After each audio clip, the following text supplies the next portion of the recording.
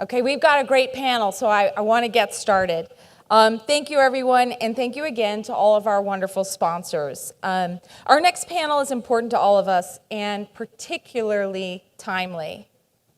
FAA reauthorization expires in days, and there's been a flurry of activities in this town to determine what the future of the FAA will look like, where its priorities will be, and where it will spend money. We have publicly defined the pilot shortage and the loss of air service to small communities throughout the country. Will they be addressed adequately? Will the pilot retirement age be changed to 67, as we've heard so much about today? What other long-term changes could alter how aviation operates? I'm excited that we have a Hill expert to moderate a bipartisan panel of Hill staff who lead aviation policy in Congress. Holly Woodruff Lyons is head of HWL Aerospace Policies. Holly was a Republican staff director and senior counsel for the House Committee on Aviation and was on the Transportation and Infrastructure Committee staff for nearly 20 years. She was the lead House negotiator on the FAA Reauthorization Act of 2018 and has had a long and distinguished career on the Hill. Holly, thank you for being here with us today. Joining Holly are her esteemed panelists, Hunter Presti, Ronce Allman, Simone Perez, and Brian Bell. These are tremendous staff members. They are the leaders. They are drafting FAA policy. They are the ones that will be negotiating the House and Senate versions, and they are the voice, and they're incredibly busy. So I'm honored and appreciative that you took the time to cross town to join with our audience today. So with that, the panel is yours, Holly. Thank you very much. Yeah, we did something.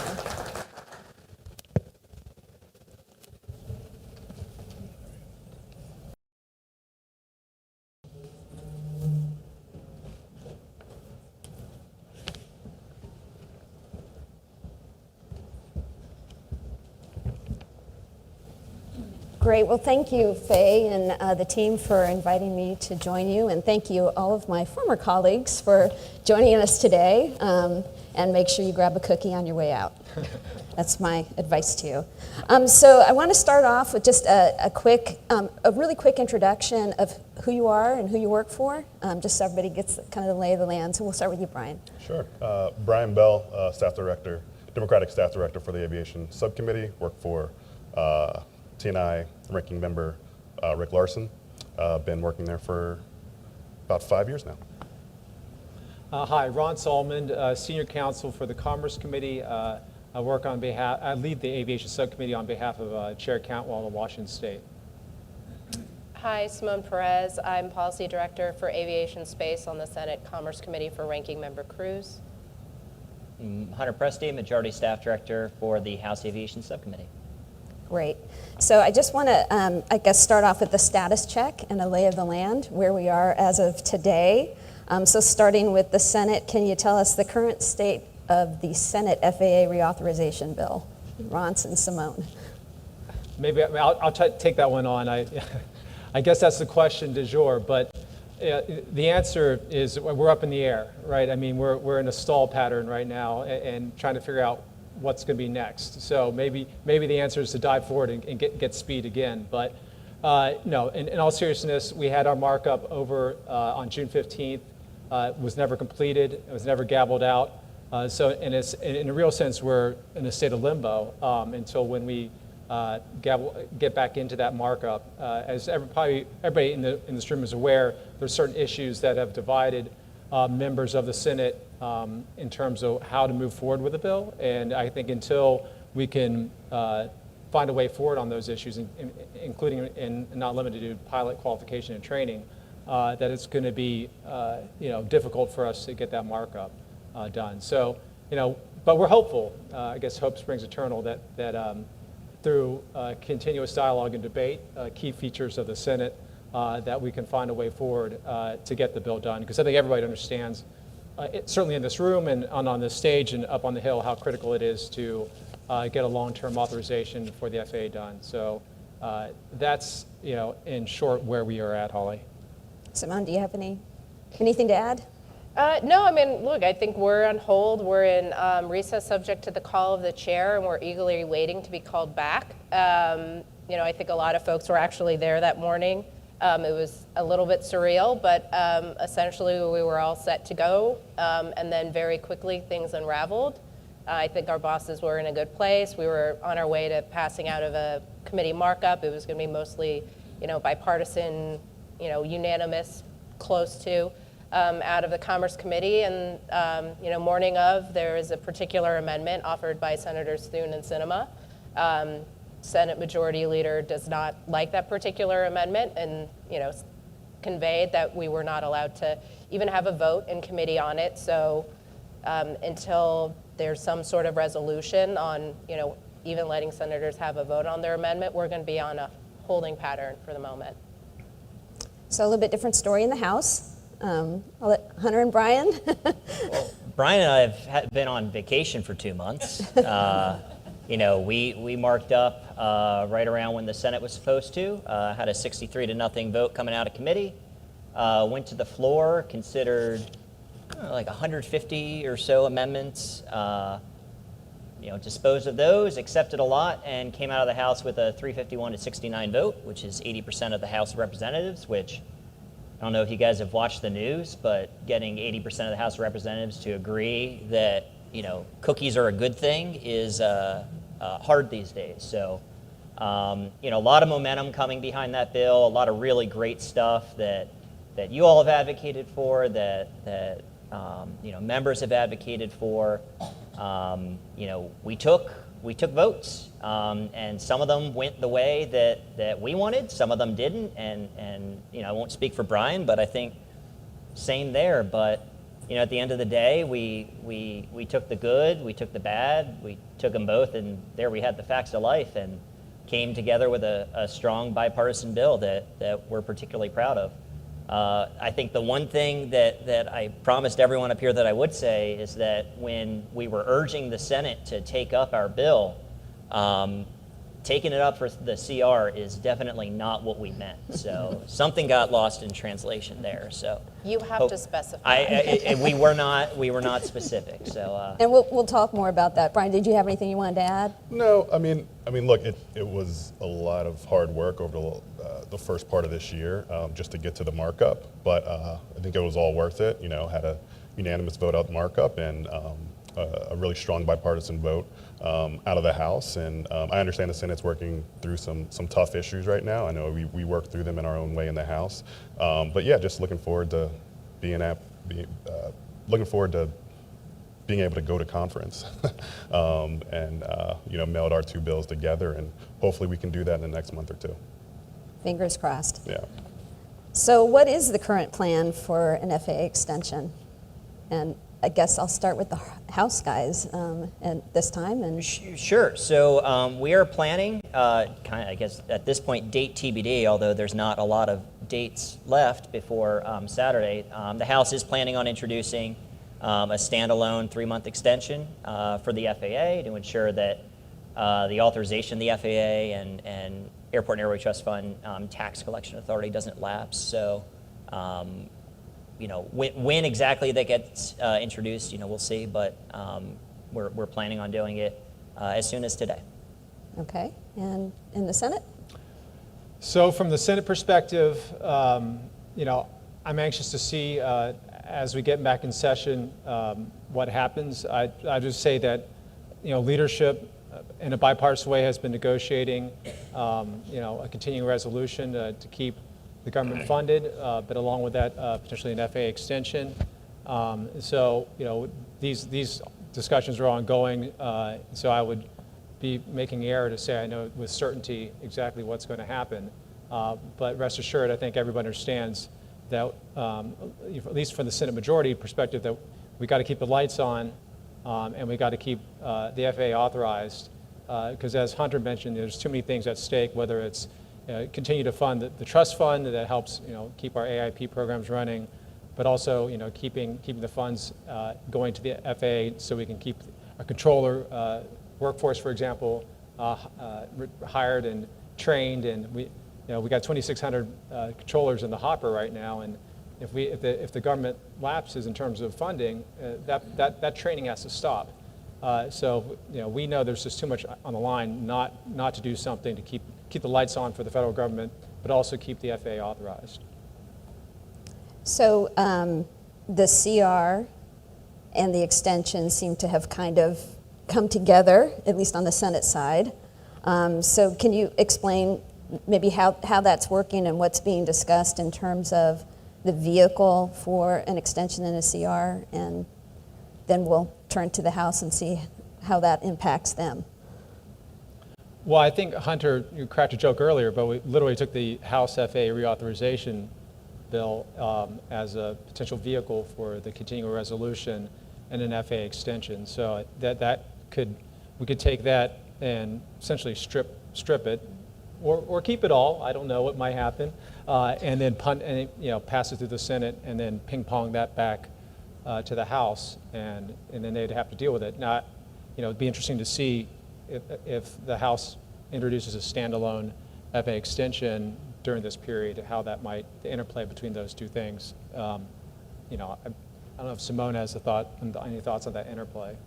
Yeah, no, I mean, I think we'll have to see how it works. Senate time, in the Senate, floor time gets really complicated. So we'll have to see that it works. I mean, it is an interesting just dynamic because the House sent over, I think there's only 2 revenue bills, and we obviously need one of those to include the CR. That's assumedly why the majority leader decided to fast line the FAA bill so we could have that tax piece, and he could slip in all the other revenue raisers that he needs for the CR, and then theoretically an FAA extension. So I mean, it'll just have to kind of see how it plays out as far as how much time the CR takes, when that comes together. I mean, they're supposed to vote on it this afternoon, so we'll see. And then if the House sends over an FAA extension, if we can get floor time, that is a question. So let's just pretend that the Senate strips out the House bill, which is probably likely. Yeah. How does that impact you guys on the House side? What happens to, I mean, your bill's gone, so what happens, do you think? Well, first, I endorse the Ronce Almond plan of keeping the House FAA bill in the CR. But I mean, it obviously makes things procedurally more difficult, in terms of what do we need to do if we want to do a formal conference. We obviously need the same vehicle that the House and the Senate have both voted on and disagreed and agreed to go to conference. In terms of if it's an informal conference like it was in the 2018 bill, maybe it doesn't mean a whole lot in the end. I think it certainly throws a lot of doubt and uncertainty about how, when, and if the Senate is going to continue working on a long-term FAA reauthorization. That if one of the 2 vehicles that could be used, one of which is an FAA bill, which is supposedly live, and the other, I believe, is the Fiscal Responsibility Act, the limits, I think it's the Limit, Save, Grow, which is, not live. If you choose one over the other, I mean, I think it's certainly clever by the majority leader for punting things along, but, it's would be a lie to say it wasn't disappointing, but it's anything is possible if you want to work through it. Yeah, I mean, just to add to that, I mean, I don't think anyone up here, particularly Hunter, wants to be in a position to pass our bill twice. It was hard enough the first time. So we want to do anything and everything to make sure that FAA long-term reauthorization remains front and center for our members and the Senate. So hopefully we can get it done in the next couple months.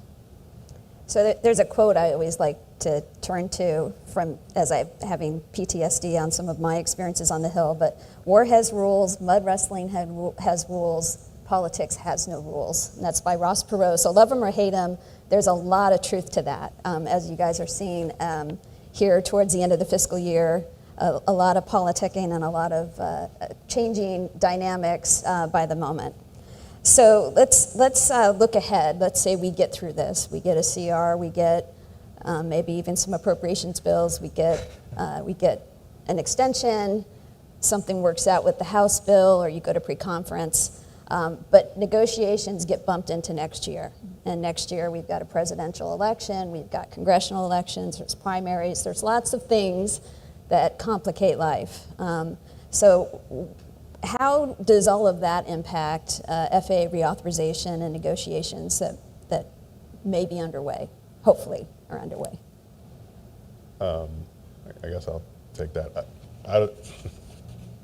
I think everyone here knows the effect that presidential politics has on major policy bills.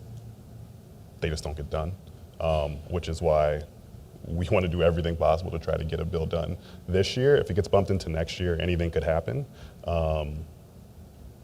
Yeah, so I mean, you know, I think the focus is we get an extension. Chairman Graves, Ranking Member Larson introduced a bill today, or we'll be introducing a bill today to extend reauthorization for the next 3 months, and hopefully that produces a great long-term product, because I really don't want to be up here January 1st, 2024 talking about how we're going to do the next FAA reauth bill.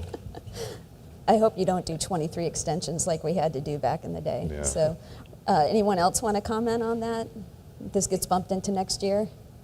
I'm happy. Yeah, I mean, look, I think everyone knows when you start getting into sort of the fall of an election year, it gets very tricky.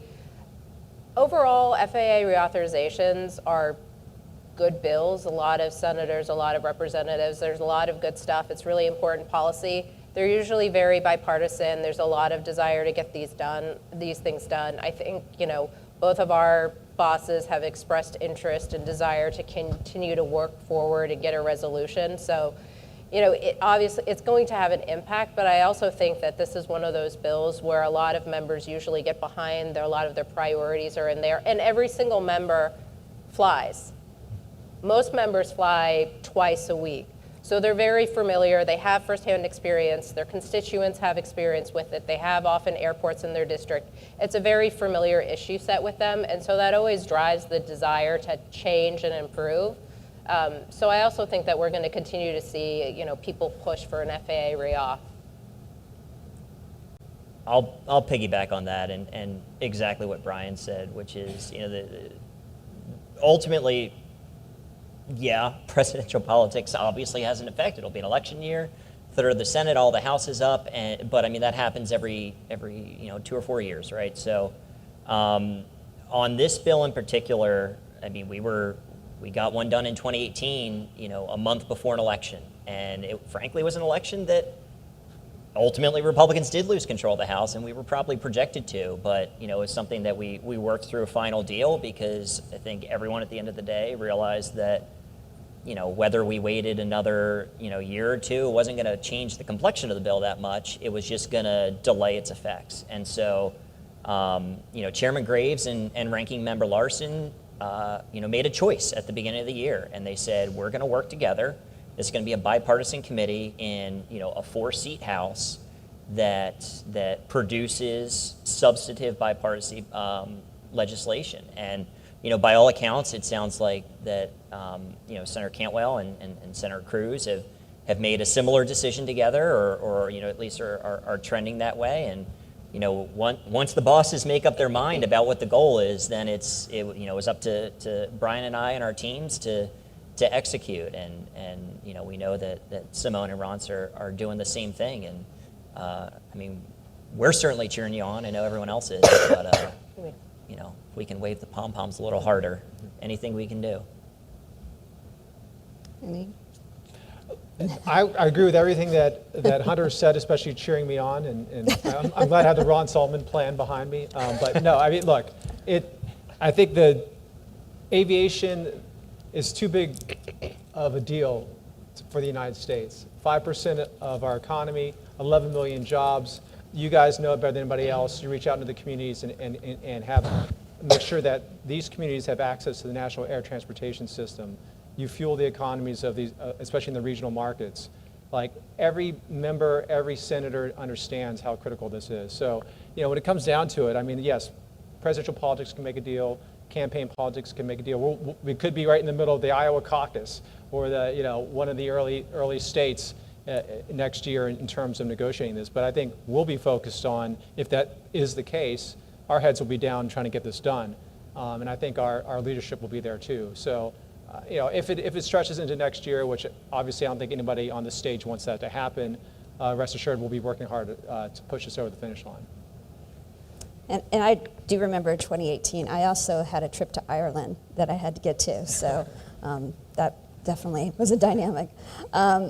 So shifting gears completely, I just would like to hear from each of you, what are the top 5 priorities for your boss in either the House passed or the Senate introduced bill? Sure. Well, hoping we still go to conference soon, so I'm not going to name specific provisions. But Fair. generally, I think improving aviation safety is a big priority, and there are a number of provisions in the House bill that reflect that, particularly provisions that address some of the runway incursions and near misses we've seen earlier this year. I think strengthening the aviation workforce. I think RAA knows better than anyone that there are workforce issues throughout the aviation industry. I mean, throughout the economy generally, but particularly the aviation industry. And so, my boss really wants to focus on, broadening and expanding the talent pool. So, folks who generally haven't considered aviation a profession, start to consider it. Improving consumer protections. If you look just over the last couple of years since the pandemic, some of the workforce issues have contributed to more disruptions affecting passengers, so making sure that passengers are whole and making sure that we increase accessibility for passengers with disabilities. Addressing climate change, I think, is a big issue and one that's reflected in a number of provisions in our bill. Aviation is the largest growing source of emissions within transportation. So we need to start addressing that now, not 5-10 years down the road. Yeah, I think those are That's 5. Those are the big ones. Was that 4 or 5? Yeah. Oh, it was 4? It was 5, wasn't it? I just made like a general hand signal. That was good. Good job. We'll go to Ron. There wouldn't be. Yeah, I would echo everything that Brian just said in terms of key priorities for Chair Cantwell, whether it's improving FAA systems and technology, whether it's further developing the workforce and providing opportunities to expand the pipeline, even from its pilot to air traffic controllers to mechanics to our engineers in the FAA workforce itself. Then, of course, we have to think about safety. We've seen a number of near misses and other instances of pressure on the aviation system. So, the deployment of runway safety technologies or things that we could put in the aircraft to turn on and make sure that the detection methods and technologies that can help prevent these incursions or near misses. These are some of the things, or cockpit voice recording updates. These are critically important from an aviation safety perspective. Then we talk about research and development. Like, what are we going to do to maintain the U.S. competitive edge on the global scene? How do we invest in the manufacturing technologies at FAA and other places so we can have that next generation of technology that propels us forward in the sky, so to speak. We talked about sustainability, something that we really care about in terms of reaching the goals that the industry has identified for itself in terms of sustainable aviation fuel or other methodologies to make it greener, so we can achieve that future that we're all trying to build, not just for ourselves but for our children and our grandchildren. So I don't know if I said 5 things, but I said more than 150 words, so that's probably enough. The fact is, there's so much good in this bill, and I just want to reiterate what Hunter said, which is that Chair Cantwell and Ranking Member Cruz, I mean, we worked together on a bipartisan bill. The Senate bill and the House bill, I think, really show bipartisan priorities on and a product when we get to conference that I think we'll be able to bridge the divides and move forward because so many members have shared interest in the outcomes there. So it really is a hats off to the leaderships of both committees. Look, I think safety is always the top priority. Preserving aviation safety, making sure that we have the right measurements, we have the right programs in place, allowing for the utilization of different technologies, making sure we're meeting the highest level of safety that we can. Safety isn't, we can't be satisfied with where we are as far as the level of safety. You can always improve.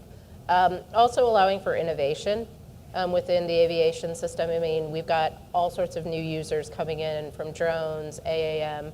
You know, I know my boss has always been very, very focused in particular. He loves space. He's been very focused on NASA and commercial space issues. That's, you know, a huge industry.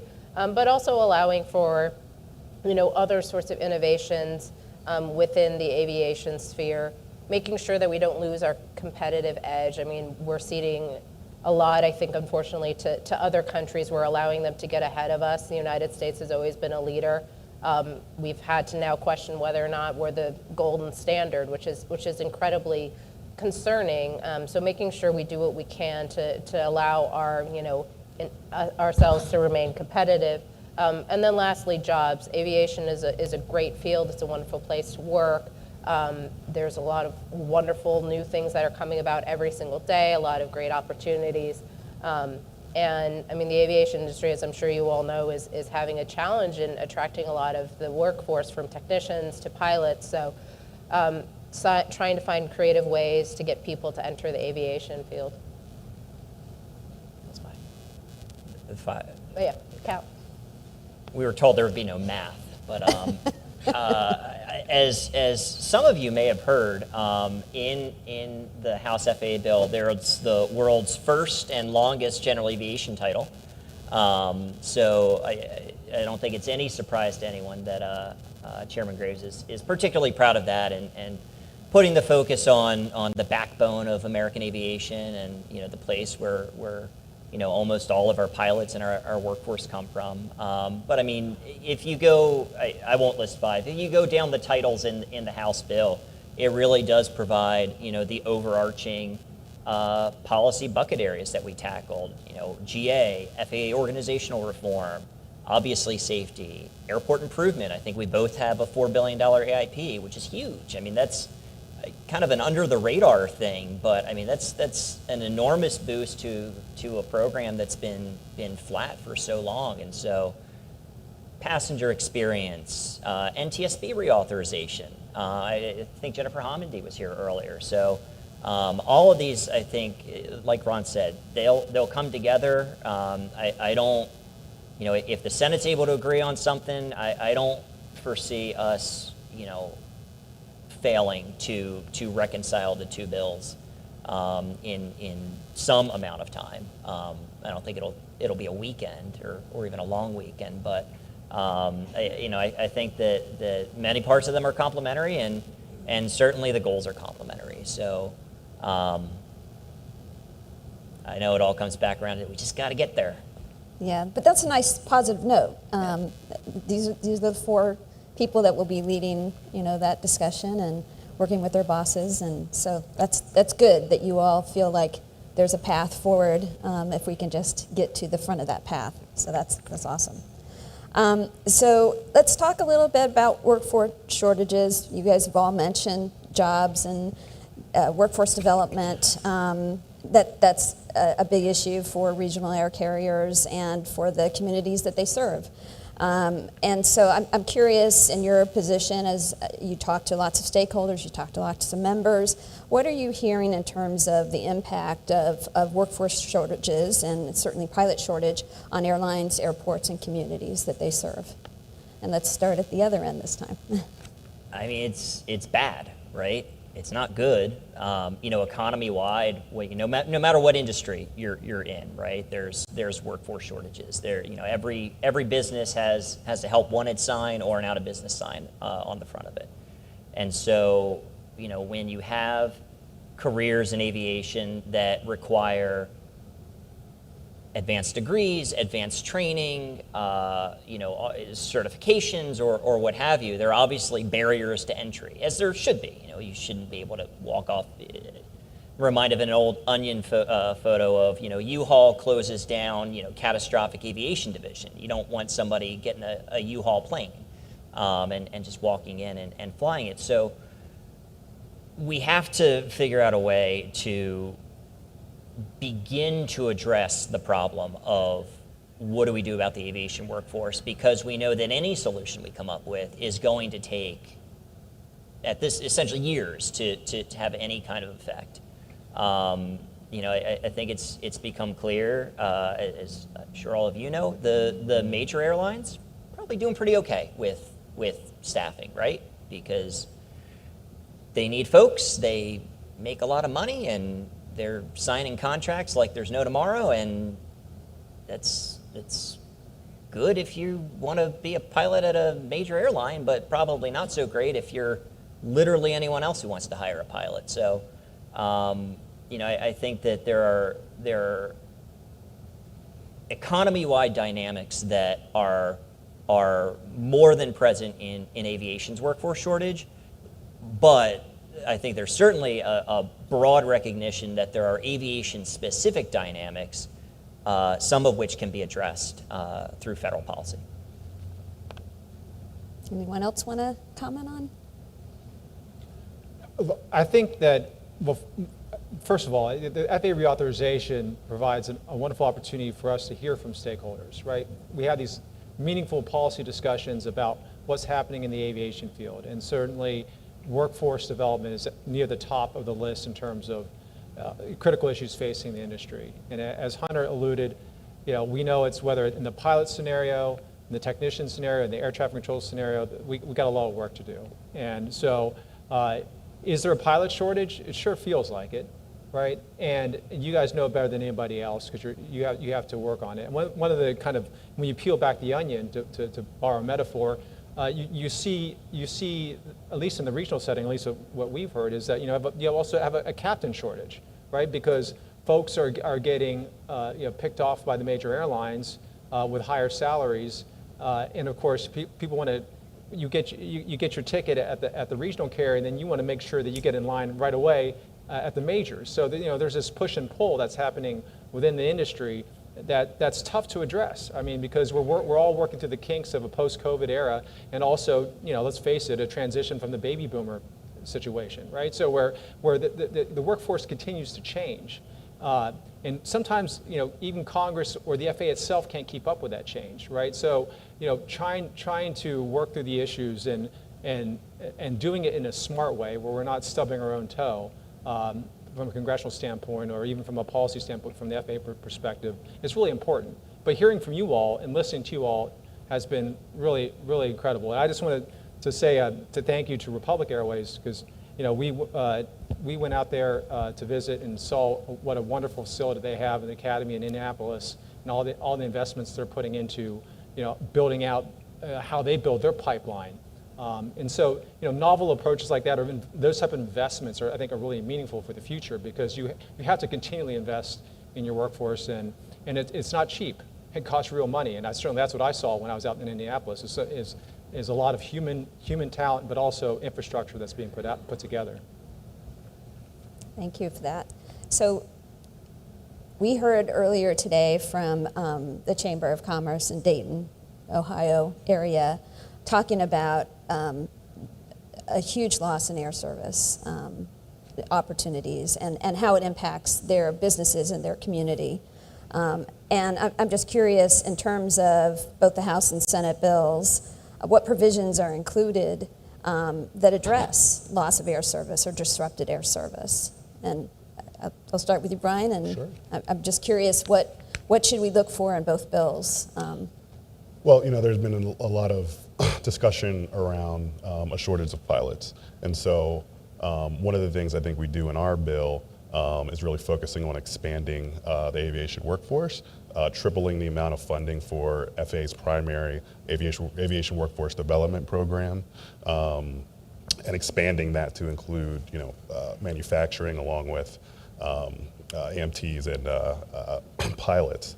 So I think, if we can, obviously that's not something that's going to change tomorrow, reaching out to, high school, middle school students. But, 5, 10, 15 years down the road, I do think you're going to start to see a difference if we can really focus on just really, broadening the pool of people that really considered aviation a profession. And look, I mean, if someone was to come to me when I was in 7th grade and told me, hey, here's how you be a pilot, that might be one of the paths I probably would have taken. I wouldn't be up here. But I think it just really takes reaching kids at a young age to get them to start thinking about that. There's also a couple other things specific to rural small air service. I know we make some changes to the Small Community Air Service Development Program, reauthorizing that, but also making it easier for folks to not just reapply, but also prioritizing collaborations between communities and air carriers. So there are a couple other provisions. I think it's a main focus that not just RAA, but a lot of other stakeholders have been really expressing concern over, and I think that's going to be a big priority when we come and hopefully conference both bills. And Hunter, did you want to add anything from the House perspective? Sure. I mean, there's no provision you can point to in either bill or any possible bill that you write that says, I mean, unless it's a $5 billion direct subsidy program that says, we're going to start funding direct routes. But I think what the House bill certainly tried to do, as Brian mentioned on the workforce side, is enable the conditions where air service can succeed. And at the end of the day, I think someone did a study on SCASD grants, and a lot of times it's a 2-year revenue guarantee, the money runs out, and the service pulls up. And was that a successful grant? Was it a failed grant? Depends on your definition, I suppose. But at the end of the day, it's the market that decides whether or not the air service between point A and point A is going to succeed. And so what we want to do is we want to ensure, one, that workforce is not the constraint, that it's not, well, we would serve a place but for lack of pilots, captains, flight attendants, technicians, mechanics, et cetera. Two is that especially for small communities, that and this is where AIP comes into it, and how we were able to channel resources to smaller commercial service airports, that they have the resources to either construct, build, maintain the infrastructure necessary to support commercial air service. But at the end of the day, obviously, post-COVID, very rapidly changing economic conditions. You have changing economic conditions with what do regional jets look like? eVTOL sounds great in decade maybe for small community air service, but we're obviously entering a period of extremely rapid change, and I don't think anyone has the silver bullet, but we can certainly try to prepare a bill that emphasizes stability for everyone to be able to make market decisions in, and then hopefully the investments that we make, whether it's in workforce or in airport infrastructure or small community air service, ultimately pay off. And how about the Senate bill? I'll let Simone take that. Gee, thanks, Ron. Look, no, I mean, I'll kind of echo Hunter. There's no single thing that's going to solve the pilot challenges, workforce challenges, or any of the workforce challenges. If there was, I think both bills would clearly have it. But we have a lot in there. There's, there's money towards workforce development grants. There's money towards essential air service. There's money towards SCASDAP. There's, $4 billion for AIP to make sure that the airports have the funding that they need. There's a lot of different policies in there. It's kind of difficult for us. We're still in a hold on a markup that I think has a couple of amendments there that would also help with some of these issues. But we're kind of in a nebulous state, so I can't say one way or the other where they are going to wind up. So there's a number of things in there. Thank you for that. So shifting gears again, let's talk about FAA Administrator nominee. Mike Whitaker was nominated, and this is probably more for the Senate because that's where the action's going to be. But can you share with us what the plan is in terms of moving forward with his nomination? And then for the House guys, have your bosses taken a position on the nomination, and if so, what is it?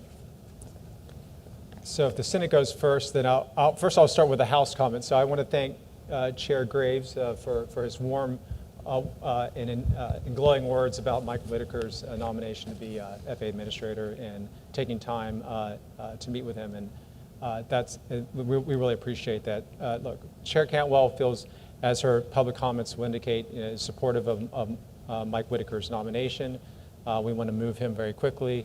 We understand that how critical it is to have FAA leadership at the very top, because safety starts at the top, and leadership comes from the administrator. And so it's been too long where we've had a Senate-confirmed administrator.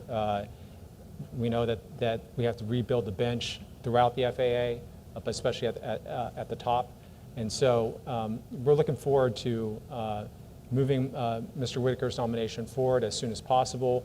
Of course, in consideration and respect for the process, the confirmation process that we have to go through on the Senate side, which means meeting with members, meeting with the staff, the committee staff, and then the due diligence associated with being a nominee before the Senate. So, but assuming we can get through all those checks, we want to get there to the place where we can have a confirmation hearing for Mr. Whitaker as soon as possible. And so we know Sam Graves is supportive, and I'm assuming Ranking Member Larson is as well. Great. Simone, did you want to add anything? Or? Yeah, look, I mean, I think so. Senator Cruz has been public in his remarks. He's pleased that the administration finally got around to nominating an FAA administrator. It's been 17 months since they've had Senate-confirmed leadership. He's never met Mike Whitaker. He's happy to give him fair consideration. He's going to be thorough. Mike was Chief Next Gen Officer at the FAA through a chunk of it. I think everyone knows that Next Gen did not deliver the benefits it was supposed to deliver. So we'll be interested to hear what he has to say on that. He was around during certification of the MAX.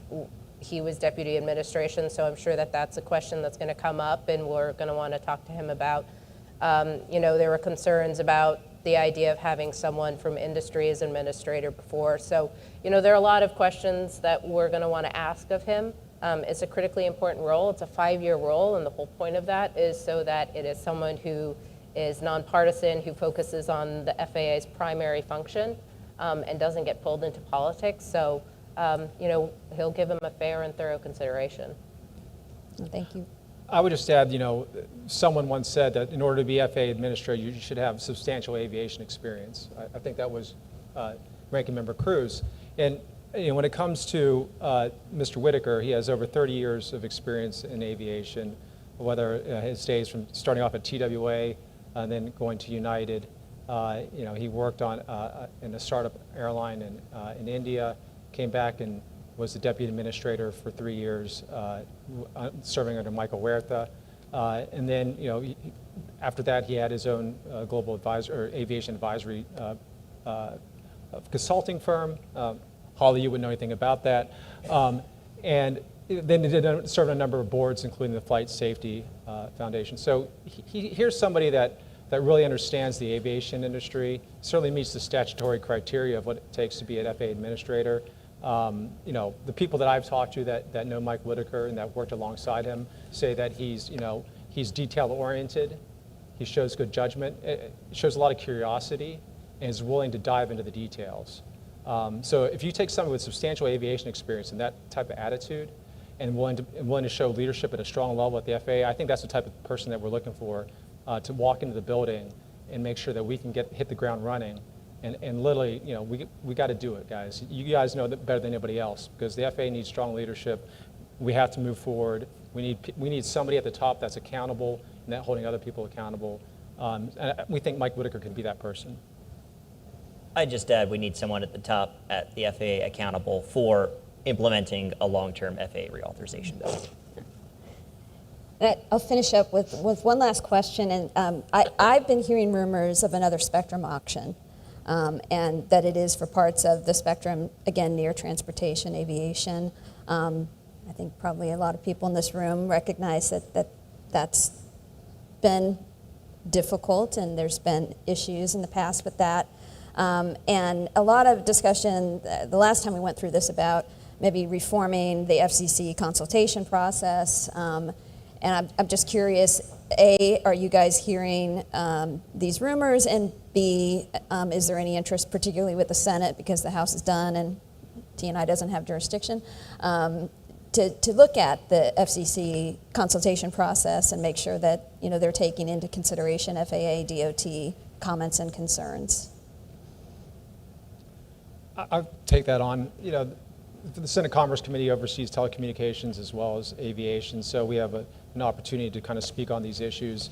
I would just say that having gone through what we saw with the 5G situation, that we know we have to do better in terms of allowing for the equities across the board, whoever's impacted by telecoms and these spectrum auctions.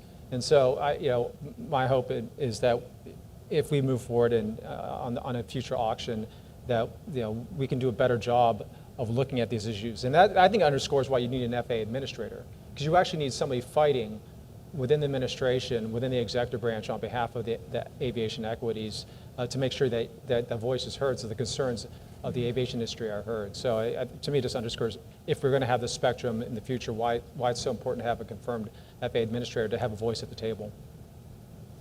Yeah, look, I mean, I'll echo that we all lived through 5G. I also remember Legato and then Light Squared way back when. Not a good sort of position to find yourself in when all of a sudden you're having to figure out how to deal with a certain reality. So making sure that aviation is represented and looking at how there's maybe ways to communicate more effectively. I think with 5G, there was a number of ways that could be improved and lessons learned moving forward. Great. Well, I see that our time is up. So thank you all again for coming and joining us today, despite the busy schedules, or the not so busy schedules, as the case may be. A lot of hurrying up and waiting. So thank you all. Thank you. Thank you.